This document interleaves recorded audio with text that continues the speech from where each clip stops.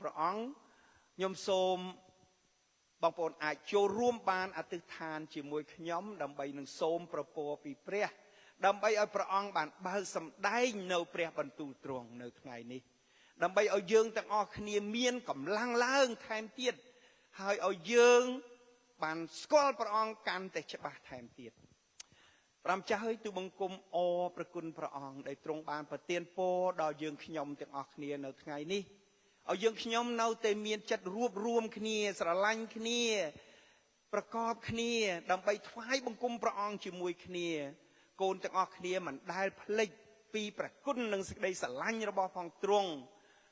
ហើយព្រះអង្គសន្យាថាមាន2នាក់ឬ3នាក់ប្រជុំគ្នាដោយនៅព្រះនាមព្រះអង្គនោះព្រះអង្គនឹងគង់នៅក្នុងកណ្ដាលចំណោមយើងខ្ញុំព្រះអង្គអើយកូនដឹងថាព្រះអង្គកំពុងតែផ្ទៀងប្រកាសស្ដាប់ពាក្យទូលអង្វររបស់យើងខ្ញុំពាក្យលើកសរសើររបស់យើងខ្ញុំទាំងអស់គ្នានៅថ្ងៃនេះកូនសូមអរគុណព្រះអង្គសូមព្រះអង្គនឹងប្រទានពរដល់យើងខ្ញុំទាំងអស់គ្នានៅថ្ងៃនេះដើម្បីឲ្យយើងខ្ញុំបានឮនៅព្រះបន្ទូលរបស់ផងព្រះអង្គហើយឲ្យព្រះបន្ទូលនោះដែលជួយលើកទឹកចិត្តកម្លាចិត្តឲ្យទូបង្គំមានកម្លាំងឡើងជាងម្សិលមិញឲ្យទូបង្គំមានជំនឿឡើងជាងម្សិលមិញហើយឲ្យទូបង្គំមានសេចក្តីសង្ឃឹមកាន់តែខ្លាំងថែមទៀត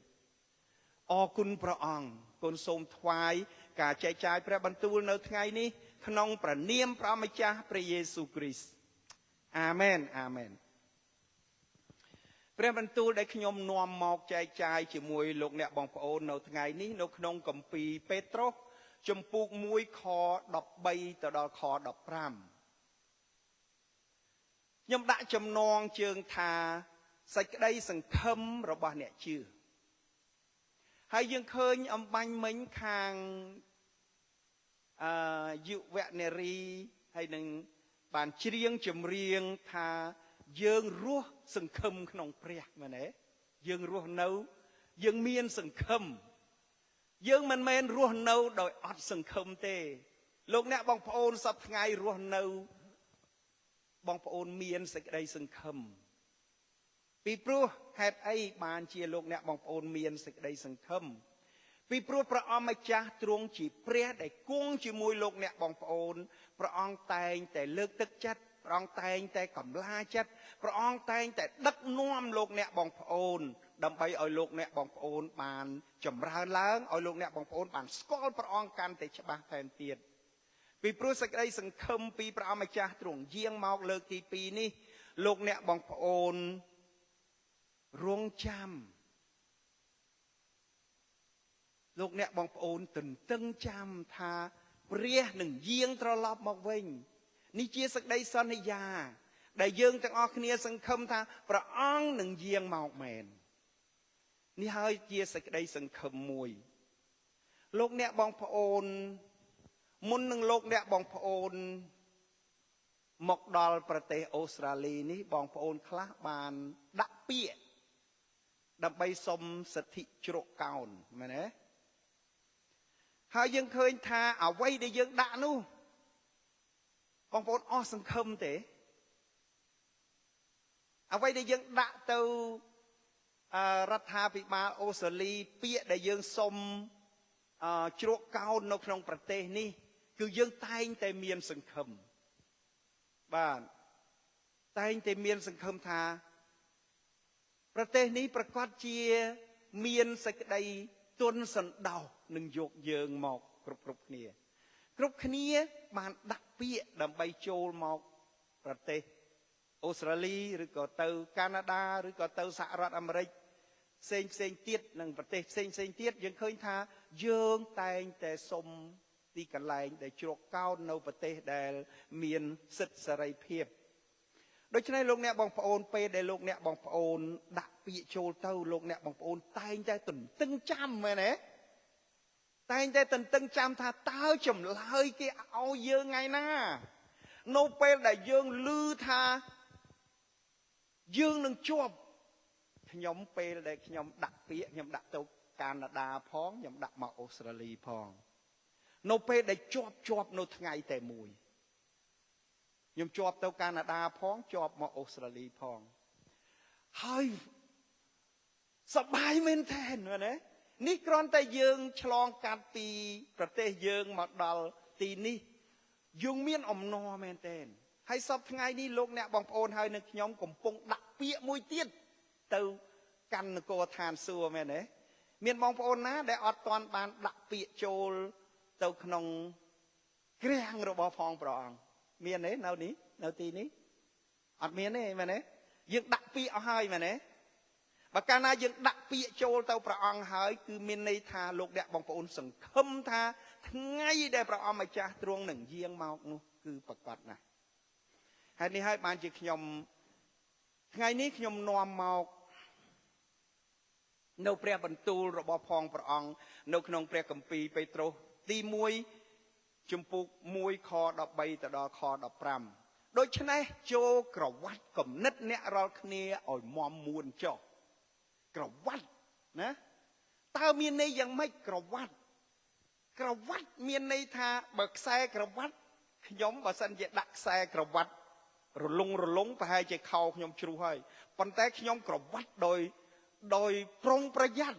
ទោះបីខ្ញុំហក់ខ្ញុំលោតក៏មិនអាចជ្រុះបានដែរដូចជាយើងចងអ្វីមួយមែនទេក្រវ៉ាត់គឺមានន័យថាធ្វើម៉េចដើម្បីឲ្យមានការជាប់លាប់មមមួនដូច្នេះលោកអ្នកបងប្អូនគំនិតយើងកាលណាយើងមិនប្រុងប្រយ័ត្នមិនធ្វើឲ្យបានមមមួនលោកីនេះវានឹងនាំយើងបើយើងអត់ចង់គំនិតយើងឲ្យបានជាប់លាប់ទេលោកីនេះវាលបួងយើងខ្ញុំតែងតែប្រើពាក្យមួយថាអរចក្រឆ្នាំស្ពឹកមែនទេកាលណាលោកអ្នកបងប្អូនមិនប្រុងប្រយ័ត្នលោកអ្នកបងប្អូនអត់បានមមមួនទេកាលណាអត់បានមមមួននៅថ្ងៃដែលព្រះអម្ចាស់ទ្រង់នឹងយាងត្រឡប់មកវិញជាលើកទី2សេចក្តីសង្ឃឹមរបស់លោកអ្នកបងប្អូននោះអត់ប្រយោជន៍តលតែយើងជិតព្រះអង្គមែនទេយើងសប្តាហ៍នេះយើងក្រវ៉ាត់គំនិតមានន័យថាយើងរក្សាឲ្យបានមមមួនជាមួយព្រះអង្គឲ្យបានដឹងថា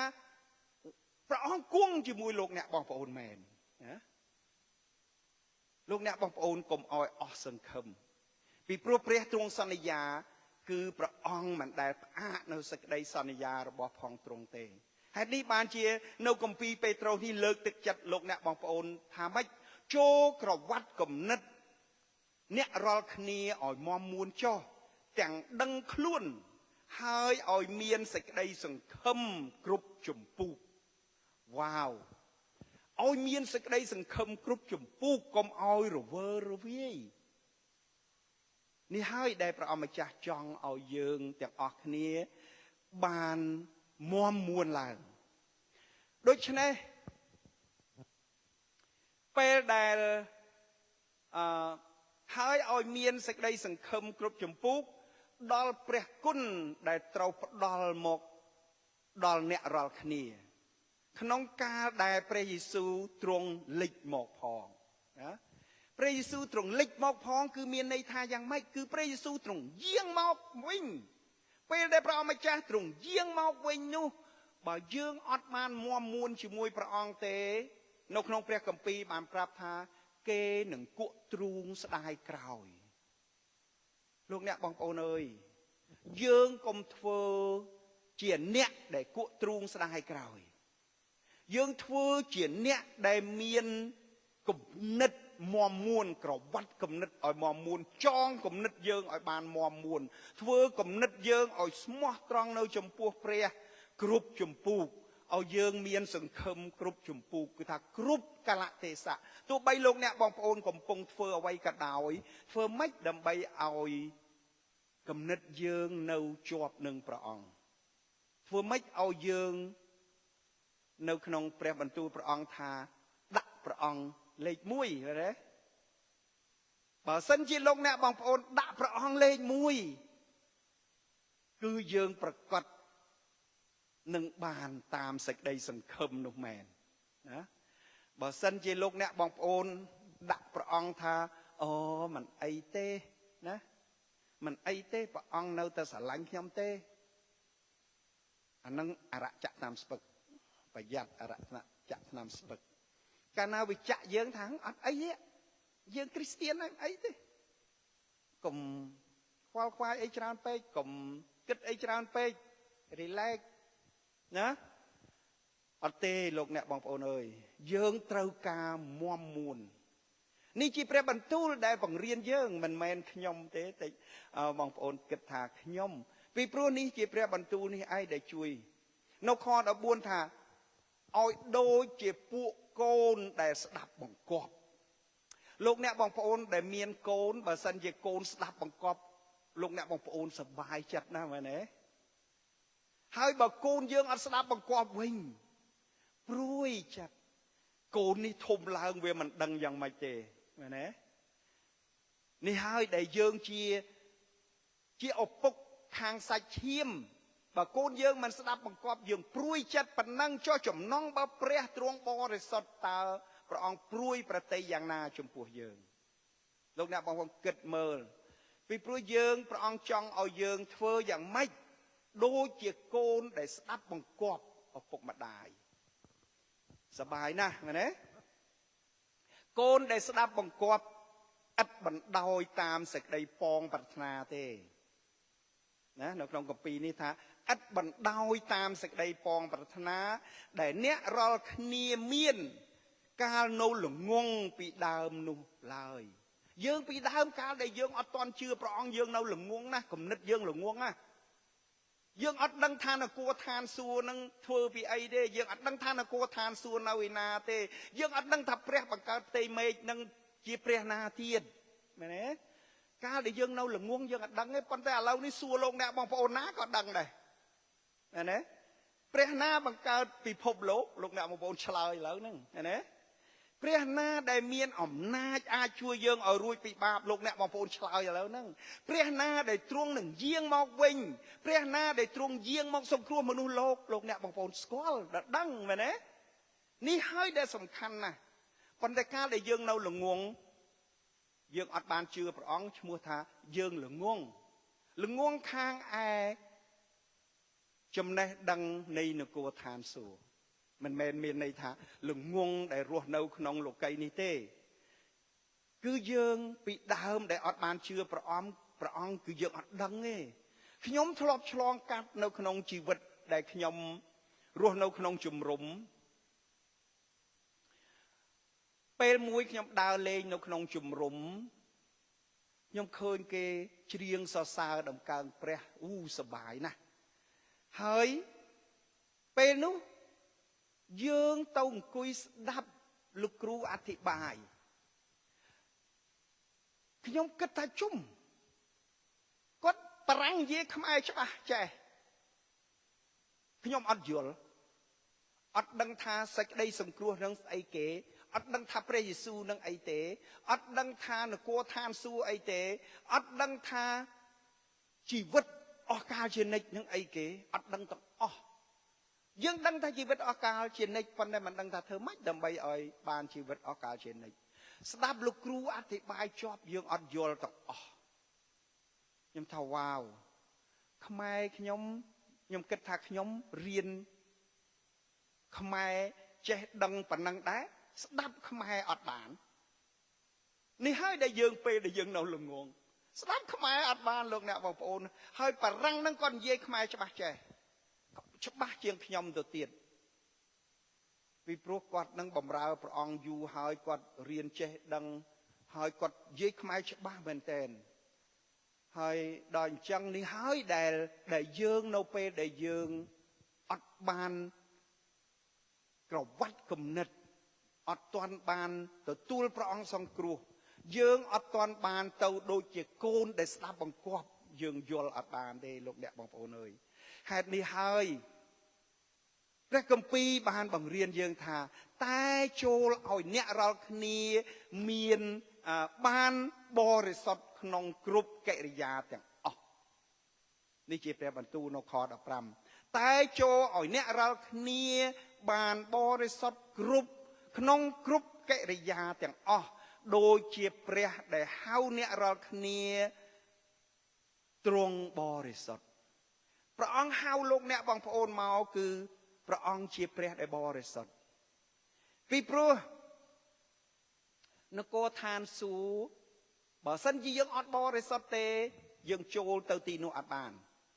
ហេតុនេះហើយព្រះអង្គទាមទារថាយើងត្រូវការបរិសុទ្ធត្រូវការសម្អាតជីវិតយើងដែលរស់នៅ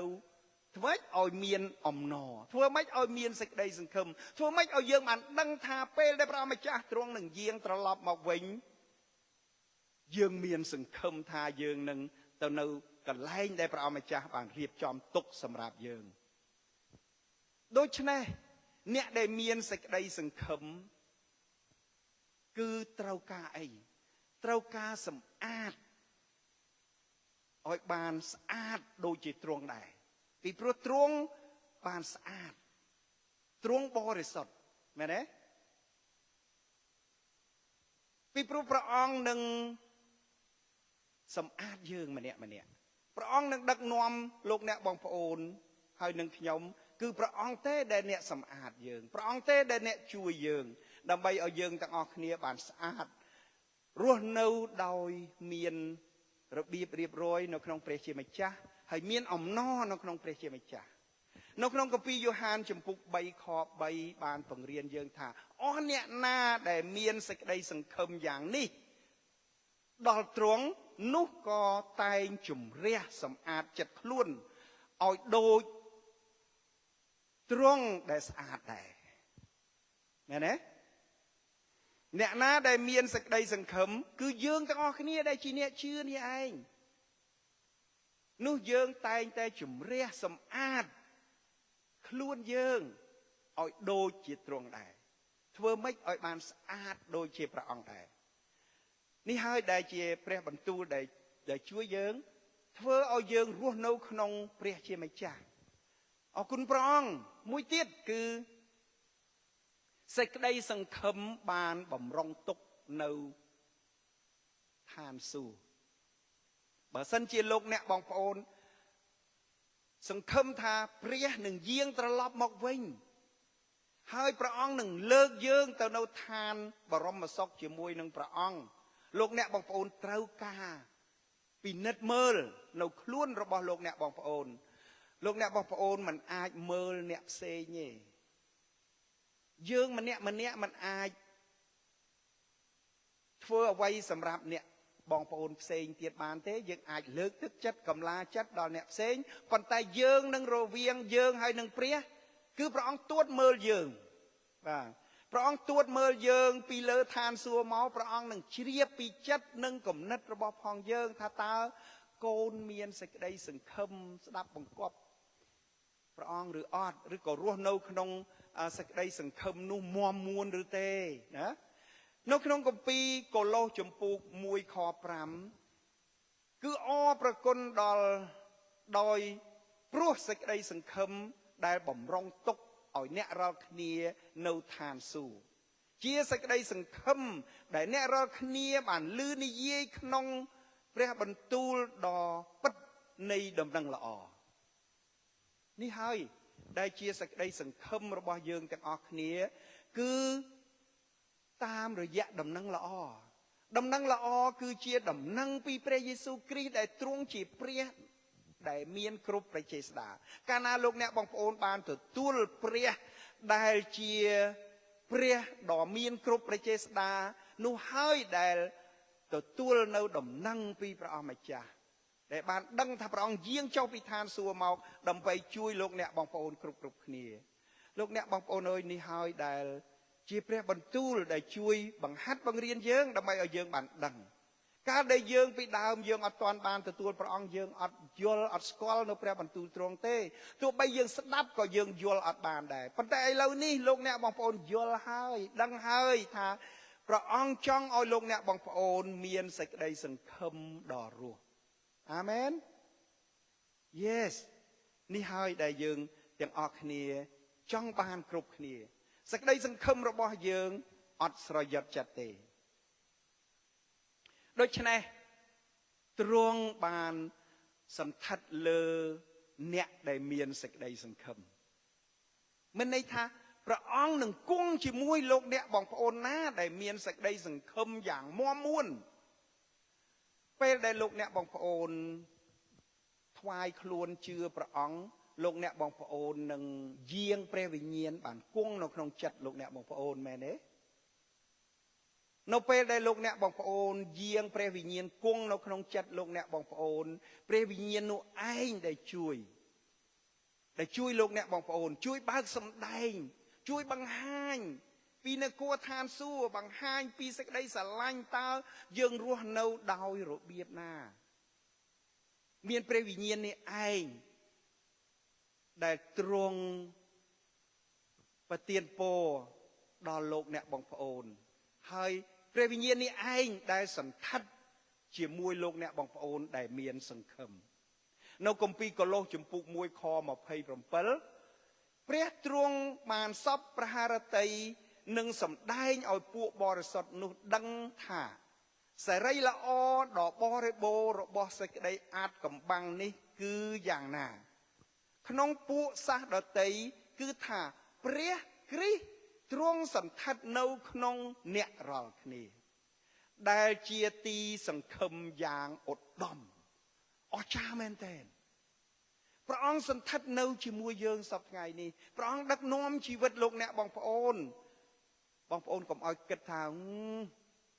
ខ្ញុំហើយដែលជាអ្នកដឹកនាំមែនទេ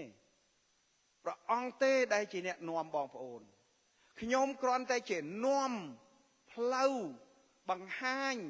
ពីអ្វីដែលព្រះចង់បង្រៀនដល់លោកអ្នកបងប្អូនអញ្ចឹងបាននៅថ្ងៃនេះខ្ញុំនាំព្រះបន្ទូលមកដើម្បីធ្វើជាឲ្យលឺមានជាសំឡេងដើម្បីលោកអ្នកបងប្អូនអាចស្ដាប់ទៅតើស្ដាប់បានឬក៏មិនបានព្រះវិញ្ញាណដែលនៅជាមួយលោកអ្នកបងប្អូននោះឯងដែលជួយលោកអ្នកបងប្អូនសំខាន់ណាស់លោកអ្នកបងប្អូនអើយព្រះនៃយើងទ្រង់ស្រឡាញ់យើងដល់ម្លេះព្រះអង្គទ្រង់ស្រឡាញ់យើងធ្វើម៉េចដើម្បីឲ្យយើងមានសេចក្តីសង្ឃឹមយ៉ាងមាំមួនហើយយើងក្រវ៉ាត់នៅសេចក្តីសង្ឃឹមរបស់យើងនឹងឲ្យបានជាប់លាប់កុំឲ្យប្រហែសព្រះបន្ទូលថាបើដាក់ដៃកាន់នាងកលហើយកុំឲ្យបែរក្រោយណាឥឡូវនេះយើងជឿព្រះអង្គហើយកុំឲ្យឈប់ទៅទៀតទោះបីហេតុអីបានជាកុំឲ្យឈប់ពីព្រោះយើងចង់បានទទួលភួងជ័យមែនទេពីព្រោះសេចក្តីសង្ឃឹមយើងមិនទាន់បានភួងជ័យទេសប្តាហ៍ថ្ងៃនេះយើងកំពុងរត់បងប្អូនខ្លះហត់នឿយថាខ្ញុំឈប់ជឿខ្ញុំហត់ណាលំបាកណាល្វើយណាអស់កម្លាំងណាលោតែថ្ងៃនោះមកដល់ភ្លាមស្រាប់តែបងប្អូនខ្ញុំតែងតែសួរបងប្អូនថាព្រះអង្គយាងមកលឿនយ៉ាងម៉េចមានអ្នកខ្លះថាឆ្លើយថាលបឿនប្រមាណគីឡូក្នុង1ម៉ោងអីចឹងទៅបងប្អូនដឹងទេដឹងច្បាស់នៅកន្លែងហ្នឹងព្រះអង្គយាងមកលឿនប៉ុណ្ណាសុំឲ្យម្នាក់ឆ្លើយមើលដាក់មីក្រូហ្វូនទៅក្រោយមើលខ្ញុំចង់ដឹងលបឿនដែលព្រះអង្គយាងមកលឿនប៉ុណ្ណាដើម្បីយើងយកមកគិតថាតើសង្ឃឹមរបស់យើងសង្ឃឹមប៉ុណ្ណាបាទលបឿនប៉ុណ្ណាខ្ញុំចង់ដឹងលបឿនលឿនប៉ុណ្ណាដូចព្យុះសង្ឃរាហ៎លឿនប៉ុណ្ណាលឿនដូចជាផ្នែកដូចជាចោចង់មកលួចទៅប្លន់កណ្ដាលយប់តែយើងអត់ដឹងថាស្មានណាប៉ុន្តែខ្លាំងកម្លាំងដូចខ្យល់ព្យុះសង្ឃរាខ្ញុំចង់លឿនចង់ដឹងថាលបឿនដូចព្យុះសង្ឃរាណោះ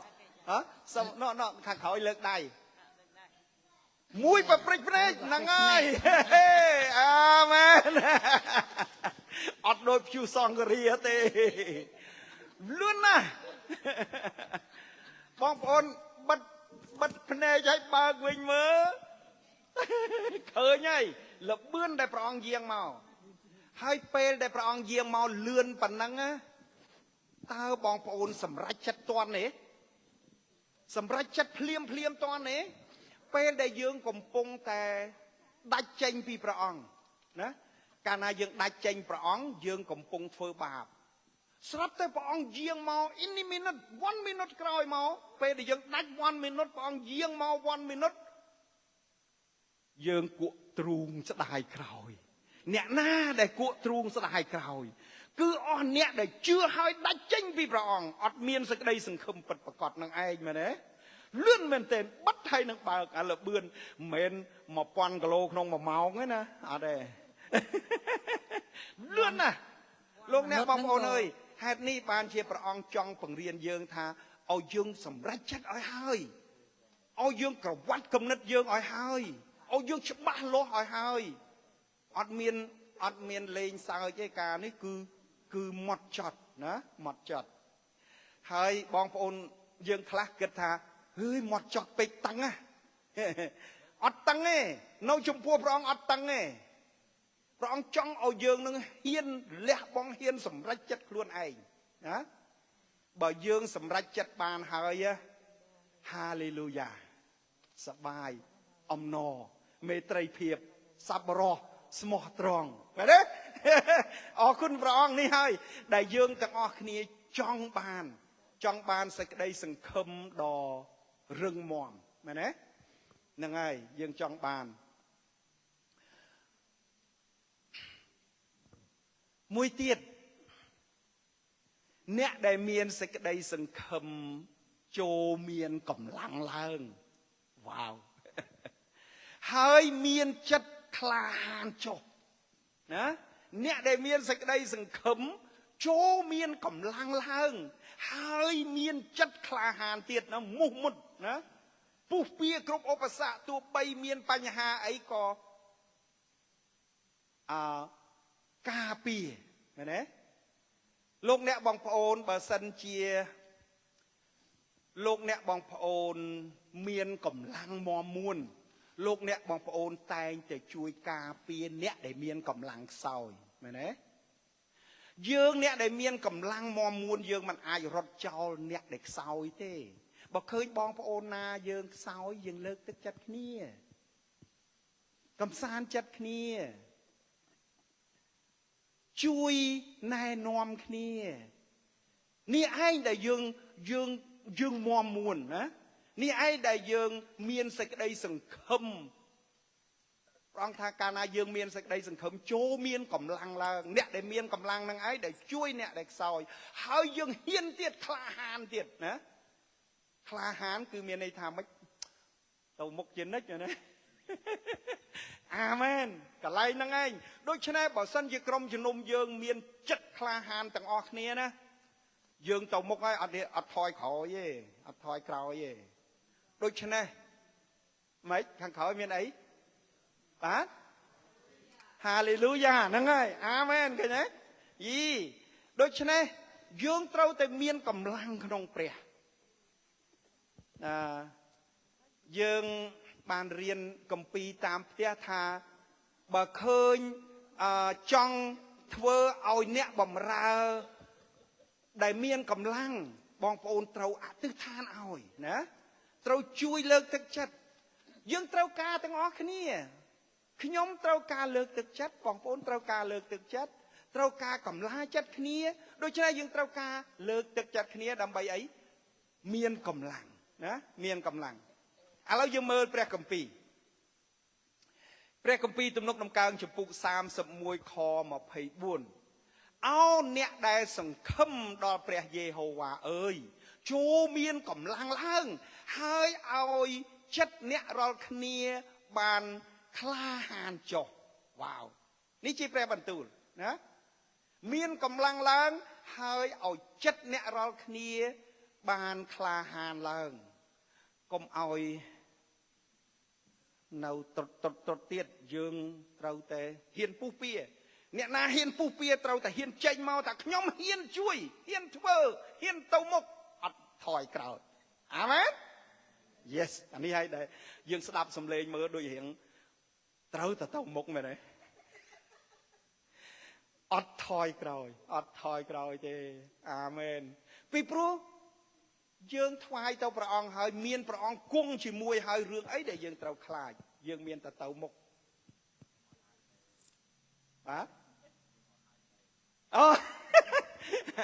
មែនហ្នឹងហើយយើងសំខាន់កន្លែងហ្នឹងឯង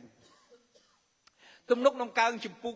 71ខ5បានបង្រៀនយើងទៀតថាត្បិតអោព្រះអម្ចាស់យេហូវ៉ាអើយទ្រង់ជាទីសង្ឃឹមនៃទូលបង្គំទ្រង់ជាទីទុកចិត្តដល់ទូលបង្គំតាំងពីក្មេងមកនេះជាទំនុករបស់ស្ដេចដាវីតគាត់ថាគាត់ទុកចិត្តគាត់សង្ឃឹមណាទូលបង្គំនឹងសង្ឃឹមឲ្យទុកចិត្តតាំងពីក្មេងមកទុកចិត្តព្រះអង្គតាំងពីក្មេងមកឃើញទេស្ដេចដាវីតគាត់ខ្លាំងណាស់មានកម្លាំងខ្លាំងមែនតើដូច្នេះយើងយកគំរូពីស្ដេចដាវីតដើម្បីយើងទៅមុខយើងអត់ថយក្រោយទៀតទេលោកអ្នកបងប្អូនអើយគឺសំខាន់ណាស់នេះហើយដែលយើងទាំងអស់គ្នាត្រូវការខ្ញុំនឹងបញ្ចប់នៅគម្ពីរពេត្រុសទី1ចំពុក1ខ3ពីព្រោះព្រះអង្គបានបង្កើតយើងជាថ្មីឲ្យមានសេចក្តីសង្ឃឹមដ៏រស់ដោយសារព្រះយេស៊ូវគ្រីស្ទព្រះអង្គបានបង្កើតយើងគ្រប់គ្នាព្រះអង្គនឹងប្រទានព្រះពរប្រទានអំណាចព្រះចេស្តាដល់លោកអ្នកបងប្អូនទាំងអស់គ្នាដើម្បីឲ្យលោកអ្នកបងប្អូនមានកម្លាំងឡើងមានសេចក្តីសង្ឃឹមឡើងនៅក្នុងព្រះជាម្ចាស់ឲ្យយើងទាំងអស់គ្នាមាំមួនឡើងនៅពេត្រុសទី1ចំពុក1ខ3សូមសរសើរដល់ព្រះដ៏ជាព្រះវរបិតានៃព្រះយេស៊ូវគ្រីស្ទជាព្រះអម្ចាស់នៃយើងរាល់គ្នាដែលទ្រង់បានបង្កើតយើងជាថ្មីតាមសេចក្តីមេត្តាករុណាដ៏ធំរបស់ទ្រង់ដើម្បីឲ្យយើងរាល់គ្នាបានសេចក្តីសង្ឃឹមដ៏រស់ហើយដោយសារព្រះយេស៊ូវគ្រីស្ទទ្រង់រស់ពីស្លាប់ឡើងវិញអស្ចារ្យមែនទែននេះហើយយើងឃើញថាព្រះយេស៊ូវគ្រីស្ទទ្រង់សគត់ហើយរស់ឡើងវិញបើសិនជាយើងជឿព្រះយេស៊ូវគ្រីស្ទដែលទ្រង់ស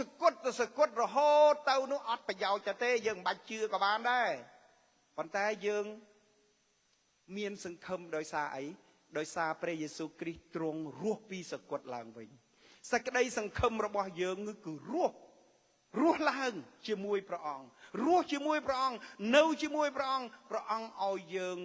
មានជីវិតថ្មីព្រះអង្គបង្កើតយើងជាថ្មីនៅក្នុងព្រះគ្រីស្ទយេស៊ូវបងប្អូនជាទីស្រឡាញ់អើយនេះហើយដែលជាព្រះបន្ទូលដែលជួយលើកទឹកចិត្ត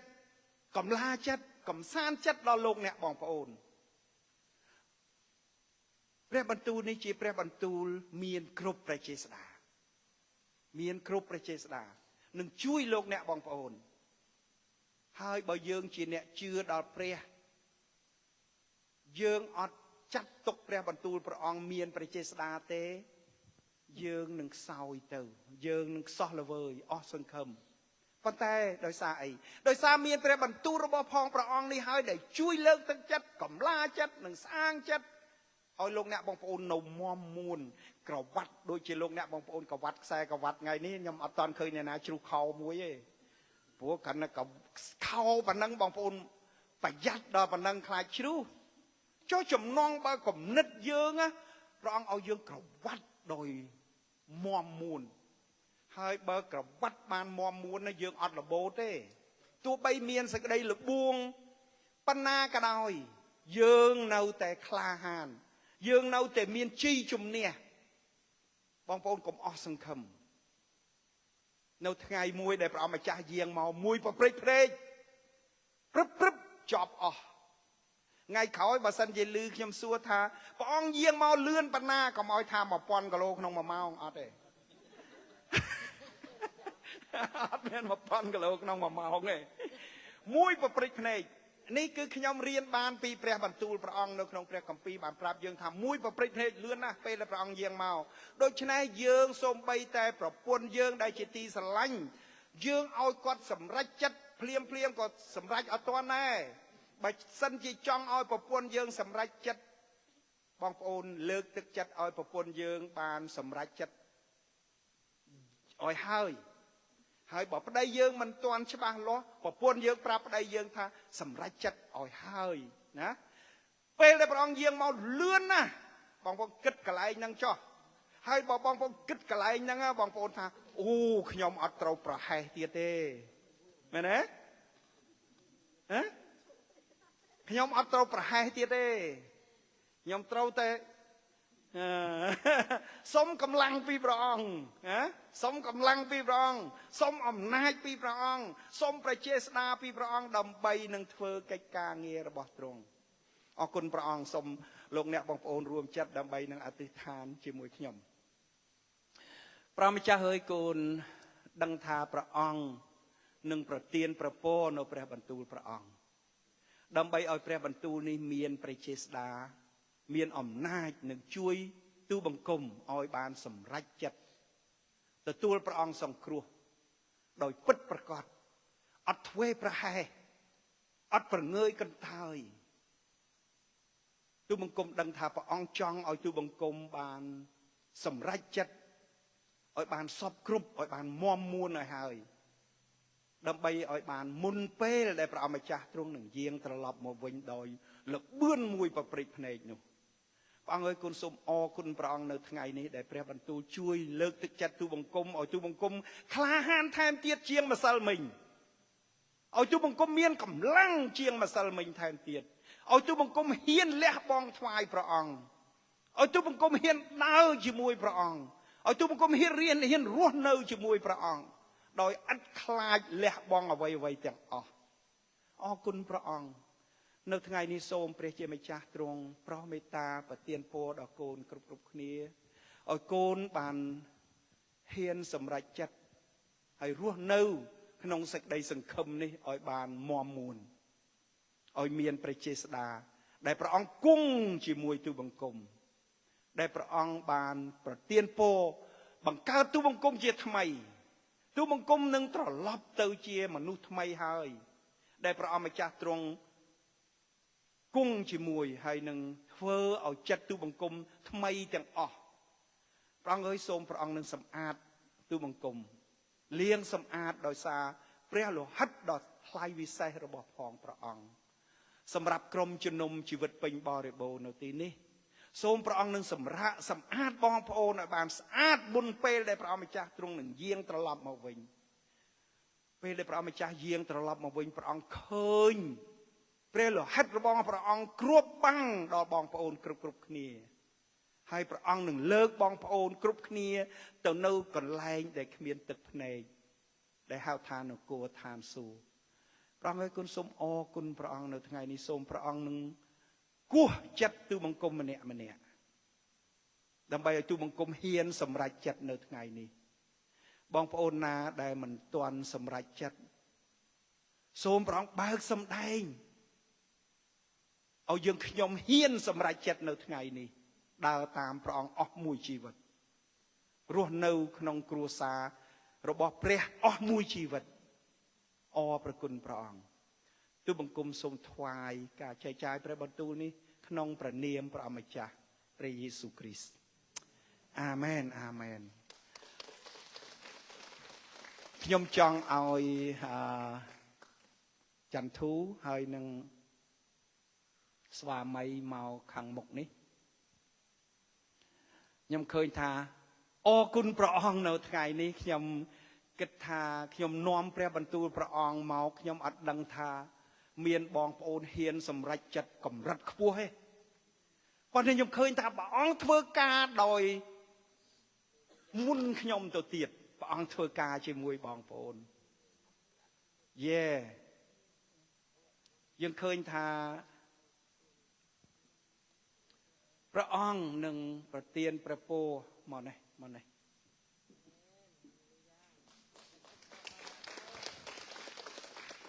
បងប្អូនស្គាល់ចន្ទធូហើយនឹងស្គាល់សានច្បាស់ហើយមែនទេសានមកវិហាររាល់ថ្ងៃរាល់អាទិត្យណាបងប្អូនតែងតែឃើញសានមកយូរបាត់ម្ដងទេប៉ុន្តែខ្ញុំសូមប្រាប់ពីទឹកចិត្តគាត់បន្តិចបើសិនជាខុសឲ្យគាត់ស្រែកឲ្យខ្ញុំថាអត់ត្រូវគាត់មកវិហារមែនប៉ុន្តែគាត់អត់ទាន់សម្រេចចិត្តច្បាស់លាស់ជាមួយព្រះអង្គទេគាត់ថ្វាយខ្លួនជឿព្រះអង្គហើយគាត់បានជំមុជទឹកហើយទៀតប៉ុន្តែហេតុអីបានជាថ្ងៃនេះគាត់ហ៊ានសម្រេចចិត្តលះបង់កម្រិតខ្ពស់តែទៀត ពីព្រោះគាត់ថាគាត់ពីមុនជឿព្រះអង្គមែនជាមួយទឹកមែនប៉ុន្តែដូចដើរហ្នឹងមិនមែនដើរតាមផ្លូវព្រះអង្គវាដើរទៀសចេញពីផ្លូវព្រះអង្គមែនទេមែនមែនមែនទេគេណាគាត់ថាមែនណាមិនមែនខ្ញុំបខំគាត់ទេណាមុននឹងខ្ញុំហៅគាត់ឡើងមកគាត់បានប្រាប់ខ្ញុំថាគាត់សុំថ្វាយខ្លួនម្ដងទៀតខ្ញុំថាមិនបាច់ថ្វាយអីទៀតទេបើថ្វាយហើយព្រះអង្គគង់ជាមួយហើយប៉ុន្តែបើគាត់សម្រេចចិត្តម្ដងទៀតខ្ញុំនឹងនាំគាត់ថ្វាយម្ដងទៀតពីព្រោះគាត់បដិញ្ញាថានឹងរស់នៅក្នុងព្រះអស់មួយជីវិតហើយនឹងរស់នៅជាមួយគ្រួសារអស់មួយជីវិតអត់រវើរវាយទេវ៉ាវអាមែនកន្លែងនេះឯងដែលជាអ្នកមានសេចក្តីសង្ឃឹមដ៏រស់មែនទេពីព្រោះព្រះបន្ទូលដែលខ្ញុំរៀបនេះខ្ញុំអត់ដឹងថាក្នុងចិត្តគាត់មានមិនទេពេលដែលខ្ញុំដើរមកដល់វិហារនេះគាត់ហៅខ្ញុំហើយនឹងគ្រួសារខ្ញុំមកប្រាប់រឿងហ្នឹងបានខ្ញុំថាវ៉ាវអស្ចារ្យមែនទែនអស្ចារ្យនេះហើយដែលជាប្រជាស្ដាររបស់ផងព្រះខ្ញុំចង់ឃើញពេលដែលក្មួយសានបានប្រាប់ខ្ញុំចង់ស្រក់ទឹកភ្នែកប៉ុន្តែខ្ញុំទប់អារម្មណ៍ខ្ញុំថានេះព្រះទ្រង់ស្រឡាញ់គាត់ដូច្នេះយើងទាំងអស់គ្នាយកគំរូពីសាននេះមករស់នៅបើកាលណាយកគំរូពីសាននេះរស់នៅគឺរស់នៅក្នុងសេចក្តីស្រឡាញ់របស់ផងព្រះមែនគាត់ហ៊ានលះបង់អ្វីដែលគាត់មិនដើរតាមព្រះពីមុនហ្នឹងគាត់ថាសុខចិត្តដើរតាមព្រះអង្គណាដាច់ខាតសុំដើរតាមព្រះអង្គម្ដងពីព្រោះអ្វីទាំងអស់ហើយខ្ញុំឃើញថាពីមុនហ្នឹងសួរចន្ទធូហើយនេះសួរគាត់បើខ្ញុំមិនចង់និយាយពីរឿងផ្ទៃក្នុងរបស់គាត់ទេប៉ុន្តែគ្រាន់ថាគាត់ជាប្តីប្រពន្ធមែនប៉ុន្តែវាដូចវាមិនជិតស្និទ្ធបើឥឡូវនេះគាត់បដិញ្ញាថារស់នៅជាមួយប្រពន្ធអស់មួយជីវិតណាកន្លែងនេះឯងណាឃើញទេគាត់ស្រឡាញ់ប្រពន្ធគាត់មែនស្រឡាញ់មែនតើអរគុណព្រះអង្គសានដែលខ្ញុំនិយាយនេះមានខុសទេអត់ឲ្យត្រូវហើយបាទអូខេអរគុណព្រះអង្គអរគុណព្រះអង្គដូច្នេះពីថ្ងៃនេះទៅយើងស្ដាប់បង្គាប់ព្រះកាលណាយើងស្ដាប់បង្គាប់ព្រះគឺយើងស្ដាប់បង្គាប់ប្រពន្ធយើងក៏ត្រូវស្ដាប់បង្គាប់យើងដូច្នេះដើម្បីឲ្យជីវិតទាំងពីរនាក់រស់នៅដោយមាន powerful របស់ព្រះឃើញទេមានអំណាចរបស់ព្រះអរគុណព្រះអង្គយើងនឹងអធិដ្ឋានសម្រាប់សានហើយនឹងចន្ទធូបងប្អូនរួមចិត្តដើម្បីនឹងអធិដ្ឋានទាំងអស់គ្នាព្រះម្ចាស់ហើយកូនសូមអរព្រគុណព្រះអង្គនៅថ្ងៃនេះដែលសានហើយនឹងចន្ទធូហ៊ានសម្រេចចិត្តជាមួយគ្នាដើម្បីនឹងបម្រើព្រះអង្គស្រឡាញ់ព្រះអង្គរស់នៅក្នុងសេចក្តីជំនឿជាមួយព្រះអង្គរហូតគាត់ហ៊ានបដិញ្ញាក្នុងជីវិតរបស់ផងគាត់ព្រះអង្គអើយនេះជាប្រពរដ៏ធំឧត្តមមែនទែនសូមព្រះជាម្ចាស់នឹងគង់ជាមួយសានហើយនឹងគង់ជាមួយសានចន្ទធូនិងប្រទានពរឲ្យក្រុមគ្រួសារនេះបានជោគជ័យនៅក្នុងជីវិតដែលដើរតាមព្រះអង្គហើយរស់នៅក្នុងភាពស្មោះត្រង់រស់នៅក្នុងជីវិតមួយថ្មីដែលព្រះយេស៊ូវគ្រីស្ទទ្រង់ច្នៃគាត់ដែលព្រះយេស៊ូវគ្រីស្ទទ្រង់គង់ជាមួយគាត់ព្រះម្ចាស់ហើយសូមទ្រង់នឹងចាក់ប្រេងតាំងគាត់ឲ្យគាត់បានមានជំនឿមាស់មួនឡើងមានសេចក្តីសង្ឃឹមឡើងមានប្រជាស្ដាររបស់ព្រះអង្គឡើងដើម្បីនឹងបម្រើកិច្ចការងាររបស់ព្រះអង្គធ្វើជាពន្លឺដល់លោកីទាំងមូលដែលគេកំពុងរស់នៅក្នុងសេចក្តីងងឹតព្រះម្ចាស់ហើយគុណសូមអរព្រគុណព្រះអង្គណាស់គុណសូមប្រពោនៅសេចក្តីអំណរនេះពីព្រះអង្គសម្រាប់សាននិងចន្ទធូនៅថ្ងៃនេះគុណដឹងថាព្រះអង្គទ្រង់ស្រឡាញ់គាត់ព្រះអង្គជ្រើសរើសគាត់ព្រះអង្គប្រទានពរឲ្យគាត់មានកម្លាំងមានអំណាចមានប្រជាស្ដារដែលមកពីព្រះជាម្ចាស់អរព្រគុណព្រះអង្គទូលបង្គំសូមថ្វាយសាននិងចន្ទធូនៅក្នុងពហោះដ៏មានគ្រប់ប្រជាស្ដាររបស់ផងព្រះអង្គនៅថ្ងៃនេះអរព្រគុណព្រះអង្គទូលបង្គំសូមទូលថ្វាយដោយមានទំនុកទុកចិត្តក្នុងព្រះនាមព្រះម្ចាស់ព្រះយេស៊ូវគ្រីស្ទអាមែនអាមែនអាមែនអាមែនអាមែនអូខេអរគុណច្រើនយើងស្វាគមន៍នៅក្នុងគ្រួសារព្រះគ្រីស្ទម្ដងទៀតអាមែនអរគុណច្រើនចន្ទធូហើយនឹងសានយើងឃើញថាបាទខ្ញុំបានសម្រេចចិត្តទេខ្ញុំបានសម្រេចចិត្តដើរតាមព្រះយេស៊ូវខ្ញុំបានសម្រេចចិត្តដើរតាមព្រះយេស៊ូវ ខ្ញុំបានសម្រែងចិនដើរតាមព្រះយេស៊ូវខ្ញុំមិនបែរក្រោយខ្ញុំមិនបែរក្រោយបើសិនគ្មានគេតាមខ្ញុំនៅតែតាមទ្រង់បើសិនគ្មានគេតាមខ្ញុំនៅតែតាមទ្រង់បើសិនគ្មានគេតាមខ្ញុំនៅតែតាមទ្រង់ខ្ញុំមិនបែរក្រោយខ្ញុំមិនបែរក្រោយឈើឆ្កាងនៅខាងមុខលោកីនៅខាងក្រោយឈើឆ្កាងនៅខាងមុខលោកីនៅខាងក្រោយឈើឆ្កាងនៅខាងមុខលោកីនៅខាងក្រោយខ្ញុំមិនបែរក្រោយខ្ញុំមិនបែរក្រោយហាឡេលូយ៉ាអាមែនអាមែនអត់បែរក្រោយវិញទៀតទេណាបងអូនប្រុសគួរណាស់ឲ្យគាត់ធ្វើទីបន្តថ្ងៃក្រោយធ្វើទីបន្តអូខេ